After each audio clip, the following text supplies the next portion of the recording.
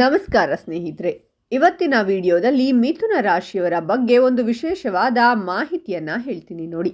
ಅದೇನಪ್ಪ ಅಂದ್ರೆ, ನಿಮಗೆ ಜೀವನದಲ್ಲಿ ನಿಜವಾದ ಶತ್ರು ಯಾರು, ಯಾವ ರಾಶಿಯವರು ಶತ್ರುಗಳಾಗ್ತಾರೆ, ಕಷ್ಟ ನಷ್ಟಗಳೇನು, ಅದರಲ್ಲೂ ಬಹಳ ಮುಖ್ಯವಾಗಿ ನಿಮ್ಮ ಹಿತ ಶತ್ರುಗಳು ಯಾರು, ಅವರಿಂದ ನಿಮಗೆ ಬರುವಂತಹ ಸಮಸ್ಯೆಗಳೇನು, ನಿಮಗೆ ಹೇಗೆ ಶತ್ರುಗಳು ನಿರ್ಮಾಣವಾಗ್ತಾರೆ ಮತ್ತು ಮಿಥುನ ರಾಶಿಯವರ ಕಷ್ಟಗಳಿಗೆ ಪರಿಹಾರಗಳೇನು ಅನ್ನುವ ಸಂಪೂರ್ಣ ಮಾಹಿತಿಯನ್ನ ಈ ವಿಡಿಯೋದಲ್ಲಿ ಪರಿಪೂರ್ಣವಾಗಿ ತಿಳಿಸಿಕೊಡ್ತೀನಿ. ಸ್ಕಿಪ್ ಮಾಡದೆ ಕೊನೆಯವರೆಗೂ ನೋಡಿ. ಅದಕ್ಕೂ ಮುನ್ನ ನೀವು ಮಿಥುನ ರಾಶಿಯವರಾಗಿದ್ದರೆ ಈ ವಿಡಿಯೋಗೆ ಲೈಕ್ ಮಾಡಿ.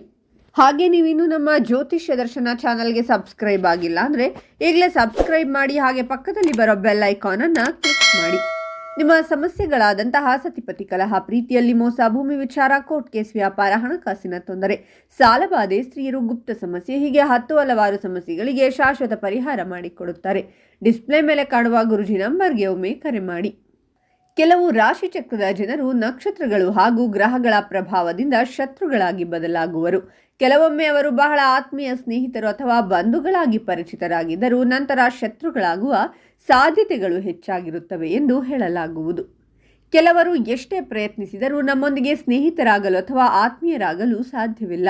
ಯಾಕೆ ಅನ್ನೋದಾದರೆ, ನಮ್ಮ ರಾಶಿ ಹಾಗೂ ಅದರ ಅಧಿಪತಿಗಳ ಪ್ರಭಾವ ನಮ್ಮ ಮೇಲಿರುತ್ತದೆ. ನಿಮ್ಮ ರಾಶಿಚಕ್ರ ಚಿಹ್ನೆಯೊಂದಿಗೆ ಯಾರು ಹೊಂದಾಣಿಕೆಯಾಗಬಹುದು ಮತ್ತು ಹೊಂದಾಣಿಕೆಯಾಗುವುದಿಲ್ಲ ಎಂಬುದನ್ನು ಹೇಳ್ತೀನಿ ನೋಡಿ. ಮಿಥುನ ರಾಶಿಯವರಿಗೆ ನಿಮ್ಮ ತಾಯಿಯ ಸ್ವರೂಪಿಗಳಾಗಿರುವಂತಹ ಅತ್ತೆಯಾಗಿರಬಹುದು, ತಾಯಿಯ ವರ್ಗದವರಾಗಿರಬಹುದು, ಅಂದರೆ ತಾಯಿಯ ಸ್ಥಾನದಲ್ಲಿರುವರು ಶತ್ರುಗಳಾಗಿ ಬಾಧಿಸುತ್ತಾರೆ.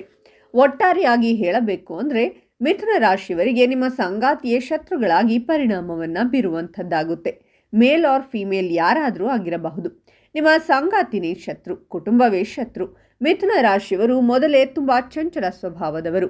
ಒಂದು ನಿರ್ಧಾರಕ್ಕೆ ಹಲವಾರು ದೃಷ್ಟಿಕೋನಗಳನ್ನು ಬದಲಾಯಿಸುವಂಥದ್ದಿರುತ್ತೆ. ಬದಲಾವಣೆಗಳನ್ನು ತೆಗೆದುಕೊಳ್ಳುವಂತಹ ವ್ಯಕ್ತಿಗಳು. ಆದರೆ ಶತ್ರುವಿನ ಸ್ಥಾನವನ್ನು ನೋಡೋದಾದರೆ 6ನೇ ಮನೆ ನಿಮಗೆ ಕೆಲಸ, ರೋಗ, ರುಜಿನಗಳು, ಸಾಲಬಾಧೆಗಳು ಎಲ್ಲವನ್ನ ಯಾರಿಗೋಸ್ಕರ ಮಾಡ್ತೀರಾ? ಮಿಥುನ ರಾಶಿಯವರೇ ನಿಮ್ಮ ಮನೆಯವರಿಗೋಸ್ಕರ, ನಿಮ್ಮ ಕುಟುಂಬಕ್ಕೋಸ್ಕರ ಮಾಡೋದು. ಅವರನ್ನೇ ಶತ್ರುಗಳಾಗಿ ಮಾಡಿಕೊಳ್ಳುವಂತಹ ಪರಿಣಾಮ ಬೀರುತ್ತೆ. ಯಾರಾದರೂ ಮಿಥುನ ರಾಶಿಯವರಿದ್ರೆ ಬೇಕಾದರೆ ಟೆಸ್ಟ್ ಮಾಡಿ. ನಿಮ್ಮ ಸಂಗಾತಿನೇ ನಿಮಗೆ ಶತ್ರು ಆಗಿರ್ತಾರೆ. ನೀವು ಸಹಾಯ ಮಾಡ್ತೀರಾ, ಎಲ್ಲವನ್ನ ಮಾಡ್ತೀರಾ, ಅವರಿಗೋಸ್ಕರ ಎಲ್ಲವನ್ನ ನಿಮ್ಮ ತಲೆ ಮೇಲೆ ಹೇಳ್ಕೋತೀರಾ. ನಿಮ್ಮ ಸಂಗಾತಿನೇ ನಿಮ್ಮ ಶತ್ರು. ನಿಮ್ಮ ತಾಯಿಯ ಸಮಾನರಾದವರೇ ಕೆಲವರು ನಿಮಗೆ ಶತ್ರು ಆಗಿರ್ತಾರೆ. ತುಳಿದು ಹಾಕ್ತಾರೆ, ನಿಮ್ಮನ್ನ ಅವಮಾನಗಳನ್ನು ಮಾಡ್ತಾರೆ. ನಿಮ್ಮ ಕುಟುಂಬದಲ್ಲಿ ನೆಲೆ ಇಲ್ಲದ ಹಾಗೆ ಮಾಡ್ತಾರೆ. ಮಿಥುನ ರಾಶಿಯವರು ಹೇಗೆ ಬದಲಾವಣೆ ತಗೋಬೇಕು ಅಂದರೆ ನೋಡಿ, ನೀವು ಸಾಲಗಾರರಾಗೋದೇ ನಿಮ್ಮ ಕುಟುಂಬಕ್ಕೋಸ್ಕರ, ನಿಮ್ಮ ಸಂಗಾತಿಗೋಸ್ಕರ. ಸಾಲ ಮಾಡ್ಕೋತೀರಾ, ಅದರಲ್ಲಿ ರೋಗಗಳು ಬರುತ್ತೆ. ನಿಶಕ್ತಿಯಾಗುವಂತಹ ವಾತಾವರಣವನ್ನು ನೀವು ಸೃಷ್ಟಿಸಿಕೊಳ್ತೀರಾ. ನಿಮ್ಮ ಮನಸ್ಸೇ ನಿಮ್ಮ ಶತ್ರುವಿನ ರೂಪದಲ್ಲಿ ಕಾಣುತ್ತದೆ. ಮಿಥುನ ರಾಶಿಯವರು ಮುಖ್ಯವಾಗಿ ನಿಮ್ಮ ಸ್ಥಾನದಲ್ಲಿ ಭದ್ರತೆ ಇಲ್ಲ ಎಂದಾಗ ನೀವು ಆ ಜಾಗದಲ್ಲಿ ಇರೋದೇ ಕಷ್ಟ.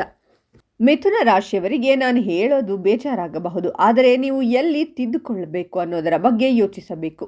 ನಿಮಗೆ ಆ ಜಾಗದಲ್ಲಿ ಅಧಿಕಾರಗಳು ಸಿಗಲಿಲ್ಲ ಅಂದಾಗ ಅವಮಾನಗಳಾಗ್ತಾ ಬರುತ್ತೆ. ಅಲ್ಲಿ ಅವಮಾನಗಳು ಜಾಸ್ತಿ ಆಗ್ತಾ ಇದ್ದಂತೆ ನೀವು ಅಲ್ಲಿ ಒಂದು ಕ್ಷಣ ಕೂಡ ಇರೋದಿಲ್ಲ. ಎಲ್ಲಿ ಕೆಲಸದಲ್ಲಿ ತೊಂದರೆಗಳು, ಅಡೆತಡೆಗಳು, ಆದರೆ ನಿಮ್ಮ ಮೇಲಧಿಕಾರಿಗಳು ತೊಂದರೆಯನ್ನು ಮಾಡಿದರೆ ಅಲ್ಲಿಯೂ ಕೂಡ ನಿಮಗೆ ಸಮಸ್ಯೆಗಳಾಗುತ್ತೆ, ಶತ್ರುಭಾವ ಬರುತ್ತೆ.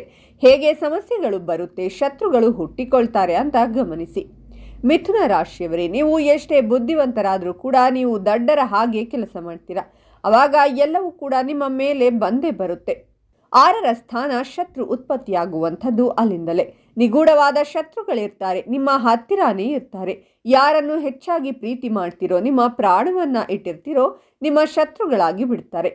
ಹಾಗೆ ಅಷ್ಟಮ ಸ್ಥಾನವನ್ನು ವೀಕ್ಷಣೆ ಮಾಡಿದಾಗ ಅಲ್ಲಿ ಕೂಡ ಅಷ್ಟೇ. ನಿಮ್ಮ ಮನಸ್ಥಿತಿಗೆ ಅನುಗುಣವಾಗಿ ಪ್ರದೇಶ ಸರಿಯಾಗಿಲ್ಲ ಅಂದಾಗ ಅಲ್ಲೂ ಕೂಡ ಅವಮಾನಗಳಾಗುವಂಥದ್ದಿದೆ. ಎಲ್ಲವನ್ನ ಯಾಕೆ ನಿಮಗೆ ತಿಳಿಸಿಕೊಡ್ತಾ ಇದ್ದೀನಿ ಅಂದರೆ, ನಿಮಗೆ ಈ ಎಲ್ಲ ವಿಚಾರಗಳು ಗೊತ್ತಾದಾಗ ನಾನು ಎಲ್ಲಿ ಎಡವ್ತಾ ಇದ್ದೀನಿ ಅನ್ನೋದು ಗೊತ್ತಾಗುತ್ತೆ. ಹಾಗಾಗಿ ಜೀವನ ಶೈಲಿಯನ್ನು ಬದಲಾವಣೆ ಮಾಡಿಕೊಳ್ಳಬಹುದು. ಶತ್ರುವಿನ ಸಂಖ್ಯೆಯನ್ನು ಕಡಿಮೆ ಮಾಡಿಕೊಳ್ಳಬಹುದು. ಅವಮಾನಗಳನ್ನು ಕಡಿಮೆ ಮಾಡಿಕೊಳ್ಳಬಹುದು. ಇನ್ನು ಮಿಥುನ ರಾಶಿಯವರಿಗೆ ಶತ್ರುಗಳಾಗುವ ರಾಶಿಗಳು ಯಾವುವೆಂದರೆ, ಮೊದಲನೆಯದಾಗಿ ಕನ್ಯಾ ರಾಶಿ. ಕನ್ಯಾ ರಾಶಿಯ ವ್ಯಕ್ತಿಗಳು ನಿಮ್ಮಂತೆಯೇ ಮಾನಸಿಕ ದೃಷ್ಟಿಕೋನದಿಂದ ಜೀವನದಲ್ಲಿ ಇದೇ ರೀತಿಯ ವಿಧಾನವನ್ನು ಹಂಚಿಕೊಳ್ತಾರೆ. ಆದರೆ ನೀವಿಬ್ಬರು ವಿರುದ್ಧವಾಗಿ ಆಲೋಚನೆಗಳನ್ನು ಕಾರ್ಯಗತಗೊಳಿಸುತ್ತೀರಾ. ನೀವು ಪ್ರತಿ ಬಾರಿಯೂ ನಿಮ್ಮ ಮನಸ್ಸನ್ನು ಬದಲಾಯಿಸಲು ಒಲವು ತೋರುವುದರಿಂದ ಅವರು ಸಂಪೂರ್ಣವಾಗಿ ವಿಚಲಿತರಾಗುತ್ತಾರೆ ಮತ್ತು ಅವರ ವಿಧಾನವು ಸಾಕಷ್ಟು ಮಂದ ಮತ್ತು ಬೇಸರಕ್ಕೆ ಕಾರಣವಾಗುತ್ತದೆ. ನಿಮ್ಮ ಪ್ರಯತ್ನಗಳಲ್ಲಿ ದೋಷಗಳು ಮತ್ತು ತಪ್ಪುಗಳನ್ನು ಕಂಡುಹಿಡಿಯಲು ಅವರು ಯಾವುದೇ ಅವಕಾಶವನ್ನು ಬಿಡುವುದಿಲ್ಲ. ಆದರೆ ನೀವು ಯಾವಾಗಲೂ ಕನ್ಯಾ ರಾಶಿಯ ಮಾನದಂಡಗಳನ್ನು ವಿಶ್ಲೇಷಿಸುತ್ತೀರಾ. ಎರಡನೆಯದಾಗಿ ಮೀನರಾಶಿ. ಮೀನರಾಶಿಯ ವ್ಯಕ್ತಿಗಳು ಸುಲಭವಾಗಿ ಗೆಳೆಯರಾಗಬಹುದು, ಆದರೆ ನೀವು ಅವರೊಂದಿಗೆ ಹೆಚ್ಚಿನ ಸಮಯ ಸಾಕಷ್ಟು ಚಂಚಲ ಮತ್ತು ಅಸಡ್ಡೆ ಹೊಂದಿರುತ್ತೀರಾ. ನೀವು ಪರಸ್ಪರ ಚೆನ್ನಾಗಿ ಹೊಂದಿಕೊಳ್ಳದಿರಲು ಇದು ಒಂದು ಕಾರಣವಾಗಿದೆ. ನೀವು ಸ್ವಭಾವತಃ ಸ್ವಾಭಾವಿಕ ಮತ್ತು ತಮಾಷೆಯಾಗಿರುತ್ತೀರಾ, ಆದರೆ ಮೀನರಾಶಿಯವರು ಮೂಡಿ ಮತ್ತು ಭಾವನಾತ್ಮಕವಾಗಿರುತ್ತಾರೆ. ನೀವು ಎಂದಾದರೂ ಮೀನರಾಶಿಯವರೊಂದಿಗೆ ಯಾವುದೇ ಸಂಬಂಧದಲ್ಲಿದ್ದರೆ ನೀವು ಹಲವಾರು ಅಪಾರ್ಥಗಳು, ಅಪನಂಬಿಕೆ ಮತ್ತು ಅಸ್ಥಿರತೆಗೆ ಬಲಿಯಾಗುವ ಸಾಧ್ಯತೆ ಇದೆ. ಮೀನರಾಶಿಯೊಂದಿಗೆ ಸಾಮರಸ್ಯದ ಸಂಬಂಧವನ್ನು ನಿರ್ಮಿಸುವುದು ನಿಮಗೆ ಸಾಕಷ್ಟು ಸವಾಲಾಗಿದೆ. ಹೀಗಾಗಿ ಮೀನರಾಶಿಯು ಮಿಥುನ ರಾಶಿಗೆ ಉತ್ತಮ ಸ್ನೇಹಿತರ ಚಿಹ್ನೆ ಅಲ್ಲ. ಇನ್ನು ಮಿಥುನ ರಾಶಿಯವರು ಇದೆಲ್ಲವನ್ನ ಗೆಲ್ಲಬೇಕು ಅಂದರೆ ನೀವು ಮಾಡಬೇಕಾಗಿರುವಂಥದ್ದು ದುರ್ಗಾ ಯಂತ್ರ ಅಥವಾ ಬಗಳಮುಖಿ ಯಂತ್ರವನ್ನ ಇಟ್ಟು ಆರಾಧನೆ ಮಾಡಿ. ಖಂಡಿತವಾಗಲು ನಿಮಗೆ ಸಮಸ್ಯೆಯ ಪ್ರಮಾಣ ಕಡಿಮೆಯಾಗುತ್ತೆ. ಇವೆಲ್ಲ ಅವಮಾನಗಳು ಕೂಡ ದೂರವಾಗುತ್ತೆ. ಜಾತಕವನ್ನ ಪರಿಶೀಲನೆ ಮಾಡಿಕೊಳ್ಳಿ. ನನಗೆ ಶತ್ರುಗಳು ಯಾರಾಗ್ತಾರೆ, ಆರೋಗ್ಯದ ವಿಷಯ ಹೇಗಿರುತ್ತೆ, ಸಾಲಗಳು ಯಾಕೆ ಏರಿಕೆ ಆಗ್ತಾ ಇರುತ್ತೆ, ಎಲ್ಲಿಂದ ನಷ್ಟವನ್ನ ಅನುಭವಿಸಬೇಕಾಗುತ್ತದೆ, ಎಲ್ಲ ವಿಚಾರಗಳನ್ನ ನೋಡಿಕೊಳ್ಳಿ. 100% ನಿಮಗೆ ಒಳ್ಳೆಯದಾಗುತ್ತೆ. ಮಾಹಿತಿ ನಿಮಗೆ ಇಷ್ಟ ಆದರೆ ತಪ್ಪದೆ ವಿಡಿಯೋಗೆ ಲೈಕ್ ಮಾಡಿ, ಓಂ ದುರ್ಗಾದೇವಿಯೇ ನಮಃ ಅಂತ ಕಾಮೆಂಟ್ ಮಾಡಿ ಮತ್ತು ಈ ಮಾಹಿತಿಯನ್ನ ಎಲ್ಲರಿಗೂ ಶೇರ್ ಮಾಡಿ. ಅವರಿಗೂ ಕೂಡ ಒಳಿತಾಗಲಿ. ಧನ್ಯವಾದಗಳು.